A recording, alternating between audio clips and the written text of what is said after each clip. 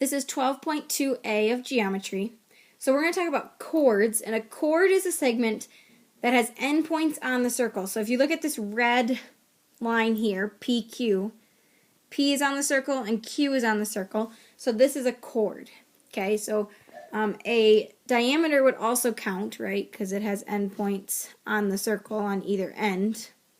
That's a really specific chord. Usually you see ones like this one.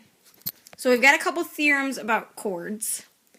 The first one says that within a circle, congruent central angles have congruent arcs. So in this picture, if these angles are congruent, that means that these arcs are congruent. Okay, and if you think back to when we talked about central angles, that makes sense, right?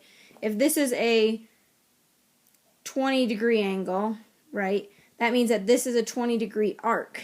And if this is a 20-degree angle, then this is a 20-degree arc. So of course these two arcs are congruent because they're both 20 degrees. Okay, 12.5 says that within a circle, or congruent circles, congruent central angles have congruent chords. So now if these angles are congruent, these chords here, this one and this one, are congruent.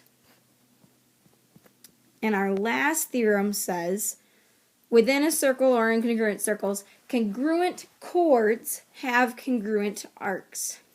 So if these chords are congruent, that means that these arcs are congruent. So here's putting these three theorems into one circle, basically. So if I have a circle with congruent angles, okay, that means that my chords are congruent. So this chord is congruent to this chord, and that my arcs are congruent. So this arc is congruent to this arc. And it works if you start with the central angles. It also works with, let's say you knew that the green arcs were congruent. Well, that would mean that the chords are congruent and that the central angles are congruent. So basically these three things, the central angle, chord, and arcs, all go together. When one pair is congruent, that means the other ones are congruent. So we're going to talk about their problem. It says in this diagram here, so this picture, circle O is congruent to circle P, given that BC, so this chord there, is congruent to DF, this chord here. What can you conclude? So remember what I just said, that if we have any of those pieces congruent, then everything else is congruent. So if our chords are congruent, that means that our arcs, BC and DF, are congruent. And that also means the central angle, angle BOC, is congruent to the other central angle, DPF. Right? So if the chords are congruent, then those arcs are congruent and those central angles are congruent. Okay, one last theorem here. And in my opinion, I think the converse makes more sense to me first. So let's start with the converse. It says, if you have congruent chords, then they are equidistant, which means the same distance from the center. So if I know that BA is congruent to CD, then I know that this is the same as this. Okay?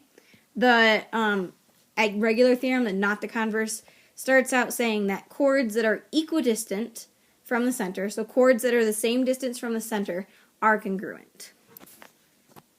So, if we look at this circle down here, first we're looking for x, right?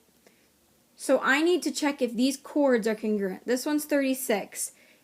Each piece here, this piece and this piece, are 18. So that means the whole thing is 36. So I do have congruent chords.